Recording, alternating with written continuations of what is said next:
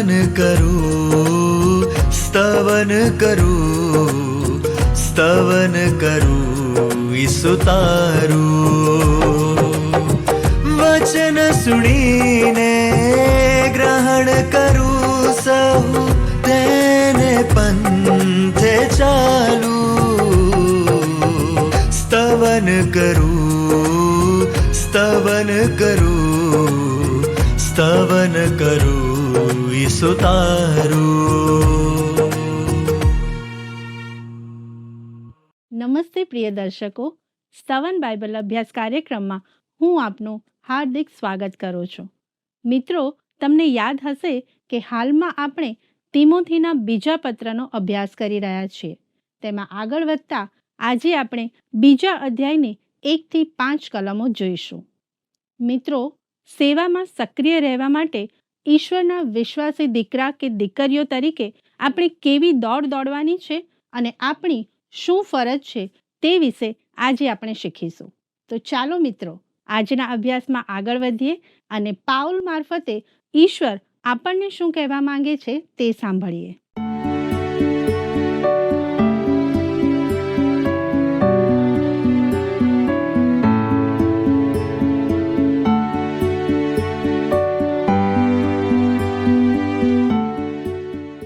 પ્રિય દર્શક મિત્રો, આપ સર્વને પ્રભુ ઈસુના નામમાં પ્રેમી સલામ.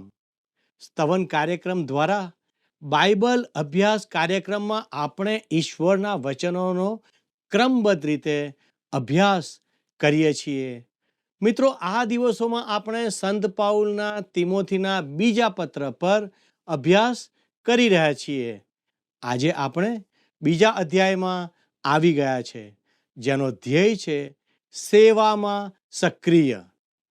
બીજા તિમોથીનો બીજો અધ્યાય મજાનો છે. આ કલમોમાં એક વિશ્વાસીની ફરજ અને પ્રવૃત્તિ વર્ણવવા 7 રૂપકો વપરાયા છે.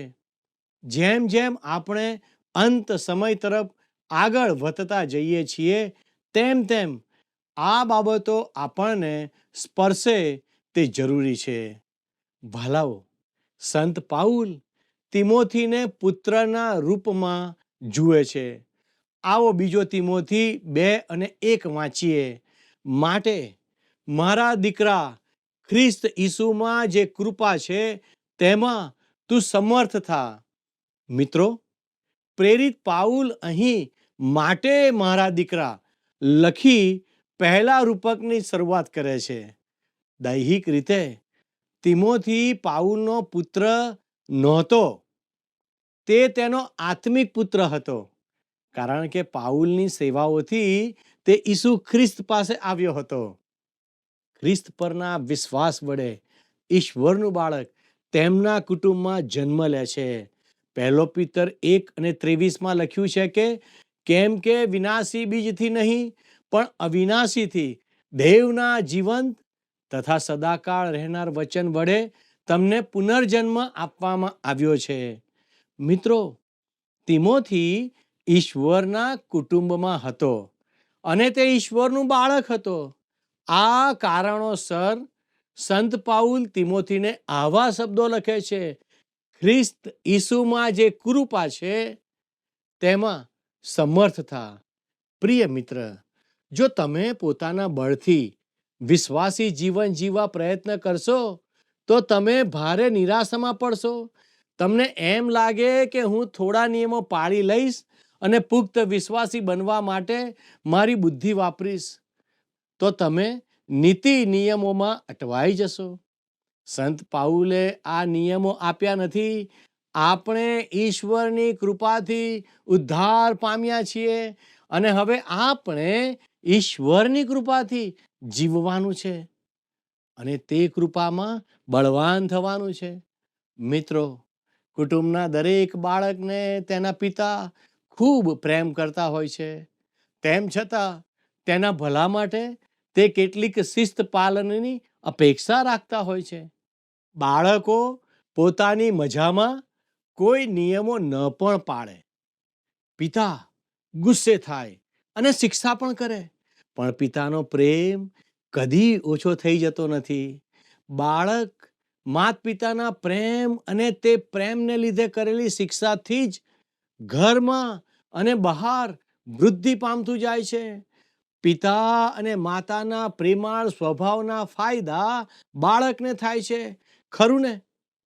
કુટુંબના કોઈ પણ બાળક માટે આ હકીકત છે કે તે કુટુંબનું બાળક છે.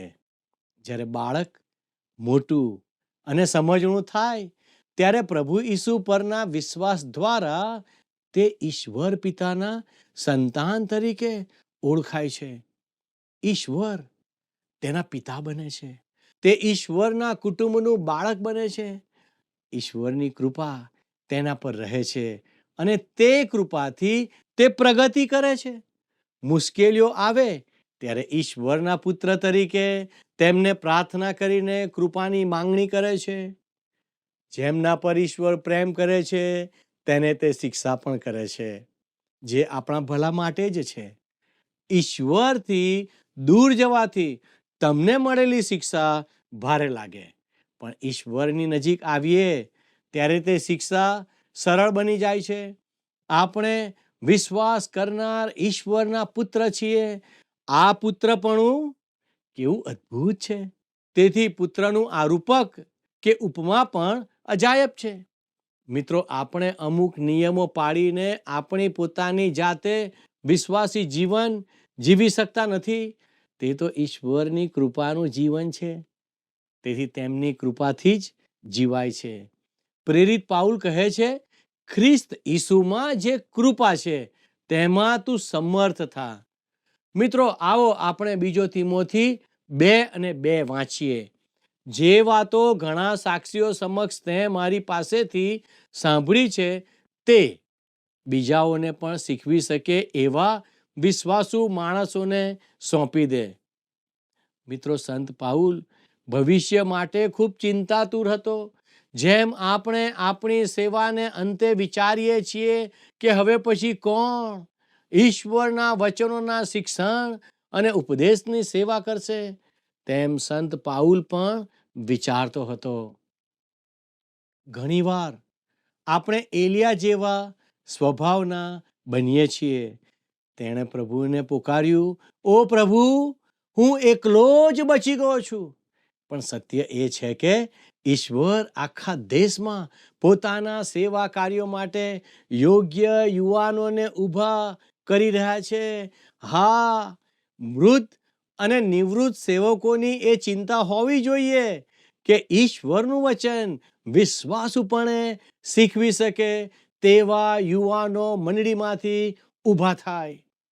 તેથી સંત પાઉલ તિમોથીને લખતા કહે છે, તે જે તેની પાસેથી શીખ્યો છે તે બીજાઓને શીખવી શકે એવા વિશ્વાસુ માણસોને સોંપી દે. ઈશ્વર શીખવવાના કૃપાદાનોવાળા યુવાનોને ઊભા કરશે. આજે પણ તે કાર્ય કરી રહ્યા છે. ઈશ્વરના પુત્ર તરીકે આપણે ઈશ્વર પિતાના કાર્ય માટે ચિંતાતુર હોવા જોઈએ. પ્રભુ ઈસુ મનુષ્ય દેહમાં હતા ત્યારે એક પુત્ર તરીકે તેમણે કહ્યું હતું, મારે મારા પિતાના ઘરમાં હોવું જોઈએ. મિત્રો, હું પણ કહી શકું કે હું ઈશ્વરનો પુત્ર બન્યો છું. પ્રભુ ઈસુ ખ્રિસ્ત જેવો તો નહીં, પણ એ ઈસુ ખ્રિસ્ત પરના વિશ્વાસથી હું ઈશ્વરનો પુત્ર બન્યો છું. યોહાન 1:12 લખ્યું છે, પણ જેટલાએ તેનો અંગીકાર કર્યો, એટલે જેટલા તેના નામ પર વિશ્વાસ કરે છે તેટલાને તેણે દેવના છોકરા થવાનો અધિકાર આપ્યો. હવે હું ઈશ્વરનો પુત્ર હોવાથી ઈશ્વર પિતાના સેવા કાર્યમાં રસ ધરાવું છું. શું તમે રસ ધરાવો છો? તેમનું મુખ્ય કાર્ય તો ઈશ્વરના વચનનો પ્રચાર છે. પણ આપણે યાદ રાખવાનું છે કે ઈશ્વરનું આ કાર્ય કરવા માટે જીવનની દરેક બાબતમાં આપણને તેમની કૃપાની જરૂર પડે છે. પ્રિય મિત્રો, જો સેવામાં અને વિશ્વાસી જીવનમાં કદાચ તમે નિરાશા અનુભવતા હો તો તેનો અર્થ એ છે કે તમે પોતાના ભરોસે બધું કરી રહ્યા છો. તમારે ઈશ્વરની કૃપાથી કાર્ય કરવાનું અને આગળ વધવાનું છે. આપણે વિશ્વાસથી ચાલીએ છીએ અને દ્રષ્ટિથી નહીં. જો તમે નિરાશ થઈ ગયા હોય તો તેનો અર્થ કે તમે ઈશ્વરના વચન પર વિશ્વાસ કરતા નથી અને આશીર્વાદના માર્ગ પર વિશ્વાસ કરતા નથી. તમારી પોતાની રીતે તેમ કરવા ગયા, તેથી તમે નિરાશ થયા.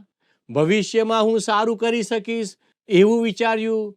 આમ જૂના સ્વભાવમાંથી કંઈ સારું નીકળશે એવું તમને લાગ્યું. પણ પ્રિય મિત્ર, આ સેવા અને જીવનમાં આપણો ખરો આધાર ઈશ્વર જ છે. તેથી ઈશ્વરની કૃપામાં સામર્થ્ય થાઓ.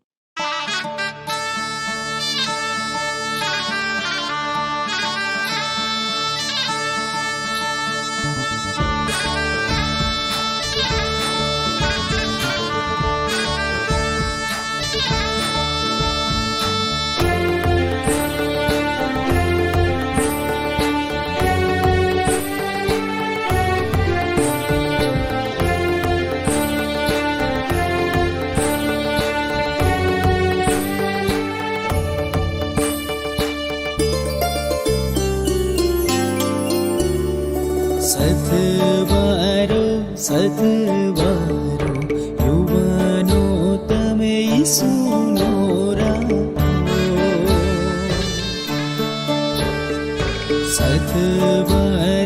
સતવારો યુવાનો તમે ઈસુનો રાખો.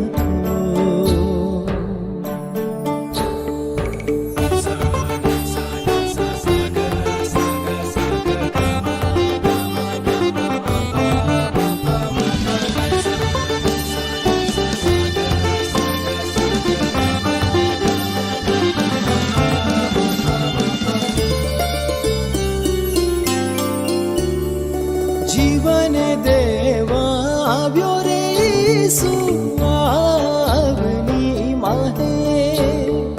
જીવન દેવા આવ્યો રે ઈસુ આવની માહે. જીવ તું અર્પણ માગે વહાલો ઈસુ આજે. જીવન અર્પો યુવાનો તમે ઈસુને આજે.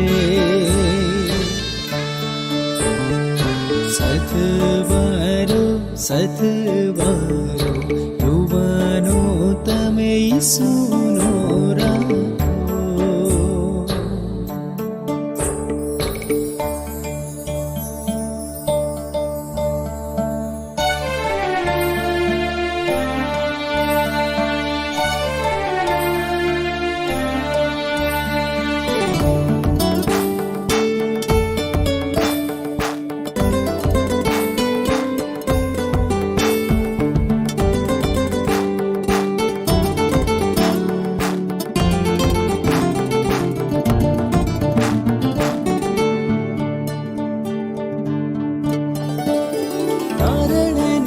સંદેશો દેવા જાગો યુવાનો આજે.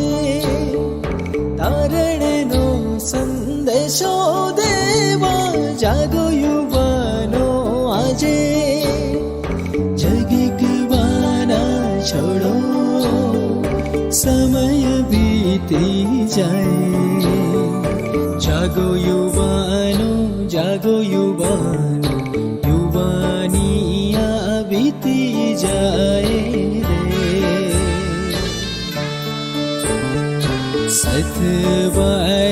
सतवारो युવાનો તમે ઈસુનો રાખો.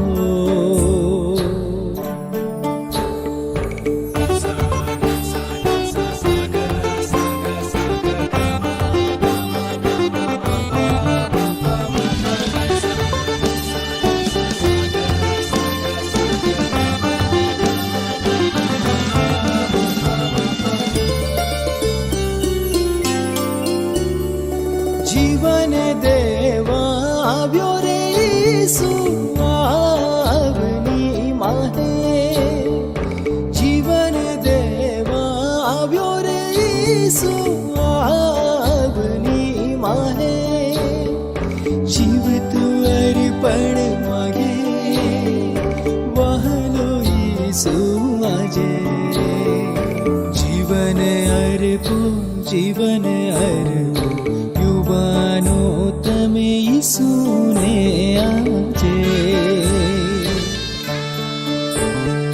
સતવારો સતવારો યુવાનો તમે ઈસુનો રાખો.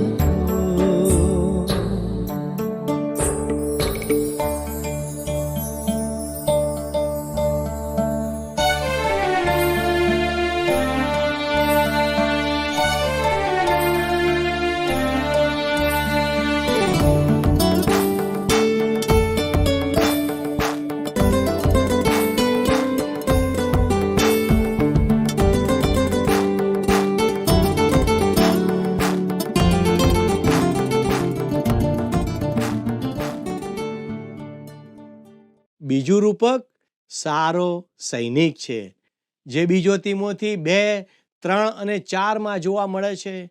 માટે ખ્રિસ્ત ઈસુના સારા સૈનિક તરીકે તું મારી સાથે દુઃખ સહન કર.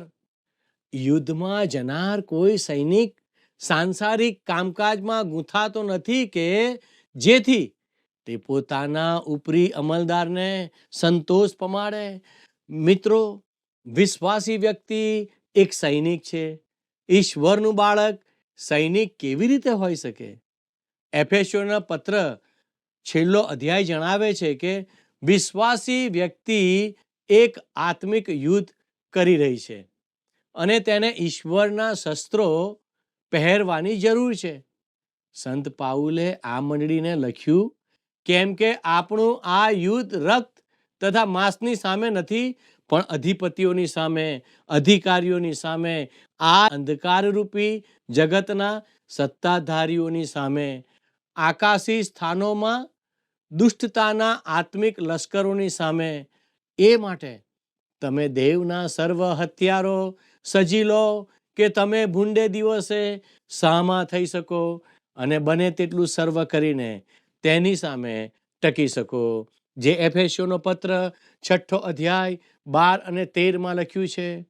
મિત્રો, સંત પાઉલ લખે છે, યુદ્ધમાં જનાર કોઈ સૈનિક સાંસારિક કામકાજમાં ગૂંથાતો નથી. ધારો કે કોઈ સૈનિક પોતાના ઉપરી અધિકારી પાસે જઈને કહે, સાહેબ, મારે કેટલાક અગત્યના કામે શહેરમાં જવાનું છે અને પછી મારી પત્નીને મળવું પડશે અને તેથી હું દિલગીર છું કે આજે રાત્રે યુદ્ધમાં હું જોડાઈ શકું તેમ નથી. શું આ યોગ્ય છે? મિત્રો, આજે ઘણા વિશ્વાસીઓ આવું જ યુદ્ધ લડી રહ્યા છે. આગળ તે લખે છે, જેથી તે પોતાના ઉપરી અમલદારને સંતોષ પમાડે. દરેક વિશ્વાસીએ પોતાની અગ્રીમતા સ્થાપન કરવાની છે. તેણે સખત પરિશ્રમ એટલે દુઃખ વેઠવાના છે. સંત પાઉલ પણ દુઃખ વેઠી રહ્યો હતો. તેમ ઘણા આ કલમનો ખુલાસો એવો કરે છે કે વિશ્વાસીએ લગ્ન ન કરવું જોઈએ. પણ સંત પાઉલ અહીં કુંવારા રહેવાની વાત કરતા નથી. સંત પાઉલ કહેવા માંગે છે કે વિશ્વાસીઓએ જગતમાં એટલા બધા ખૂંપેલા ન રહેવું જોઈએ કે જેથી તેઓને વિશ્વાસી જીવન જીવવાનું મુશ્કેલ લાગે. આપણે નોકરી ધંધા, મહેનત મજૂરી તો કરવા જઈએ જ છીએ, કેમ કે તેનાથી આપણું પોષણ થાય છે. કુટુંબ જીવન પણ જીવવું જ જોઈએ અને પ્રગતિ કરવી જ જોઈએ, કેમ કે પ્રભુ એવું ઈચ્છે છે. પણ જે કાર્ય અને વ્યવહારમાં અનૈતિકતા, અપ્રમાણિકતા, ભ્રષ્ટતા, જોર જુલમ, હિંસા, આળસ અને બેદરકારી આવતા હોય તેવા કાર્યો અને વ્યવહાર બદલવા પડશે. આપણા કુટુંબો નમૂનારૂપ અને સાક્ષીરૂપ હોવા જોઈએ અને આપણી પ્રગતિ વડે ઈશ્વરનો મહિમા થવો જોઈએ. મારા વાલા દર્શક મિત્રો, ઈશ્વરના બાળકે એ ધ્યાન રાખવાનું છે કે તે પોતે ઈશ્વરનો સૈનિક છે. ખ્રિસ્તી જીવન રમત જગતના મેદાન જેવું નથી, તે તો યુદ્ધનું મેદાન છે, જ્યાં યુદ્ધ લડવામાં અને જીતવામાં આવે છે. હા હા, કોઈ વાર હારી પણ જવાય, પણ આપણે યુદ્ધ ચાલુ રાખવાનું છે. ખરું આત્મિક યુદ્ધ ચાલુ જ રહે છે. વાલા દર્શક મિત્રો, ત્રીજું રૂપક છે એક રમતવીર, જે બીજો તિમોથી 2:5 છે. વળી જો કોઈ અખાડામાં હરીફાઈમાં ઉતરે તો નિયમ પ્રમાણે હરીફાઈ કર્યા વગર તેને ઇનામ મળતું નથી.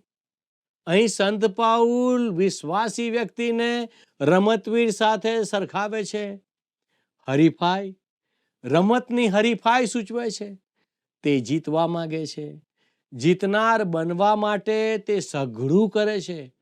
કોઈકે કહ્યું છે, કેટલાક વિશ્વાસીઓ ફક્ત નિર્ણયો પર કૂદવાની કસરત કરે છે, મિત્રો પાસે જવા દોડે છે, જવાબદારીમાંથી પાછા પડે છે અને પોતાની તકને ઝડપી લેવાને બદલે પાછળ ને પાછળ ધકેલતા રહે છે. સંત પાઉલ આવી કસરત કરવા કહેતા નથી.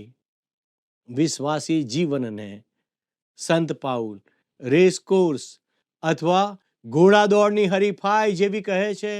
તે કહે છે, ખ્રિસ્ત ઈસુમાં દેવના સ્વર્ગીય આમંત્રણના ઇનામને વાસ્તે નિશાનની ભણી આગળ ધસું છું.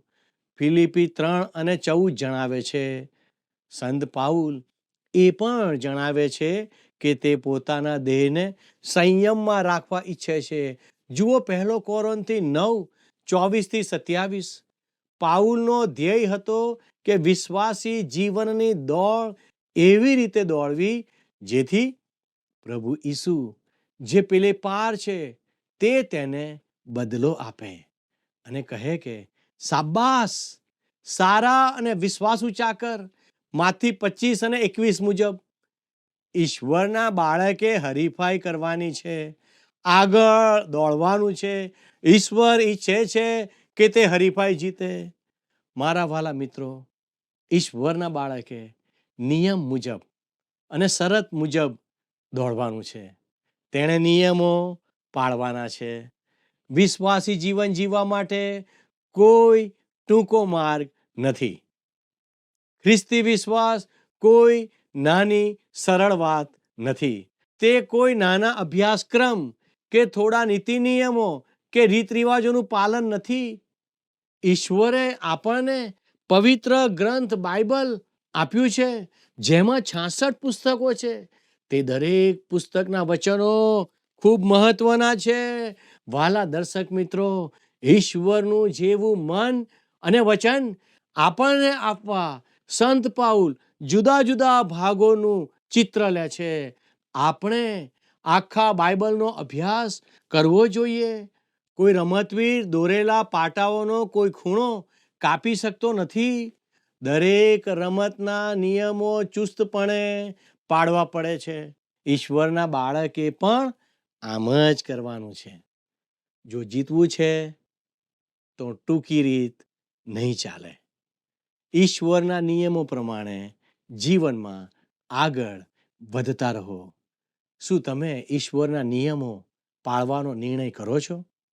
વાલા દર્શક મિત્રો, આ પવિત્ર ગ્રંથ બાઇબલ જે આપણને આપણી માતૃભાષામાં આપવામાં આવેલું છે, શું આપણે તેનો અભ્યાસ નિયમિત કરીએ છીએ?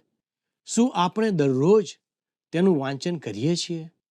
મારા પ્રિય મિત્રો, ઈશ્વર આપ સર્વને મદદ કરો કે તમે દરરોજ નિયમિત રીતે ઈશ્વરનું વચન વાંચવાને માટે નિર્ધાર કરો અને દરરોજ તમે એ વચનોને પાળો, એવી મારી આશા અને પ્રાર્થના છે.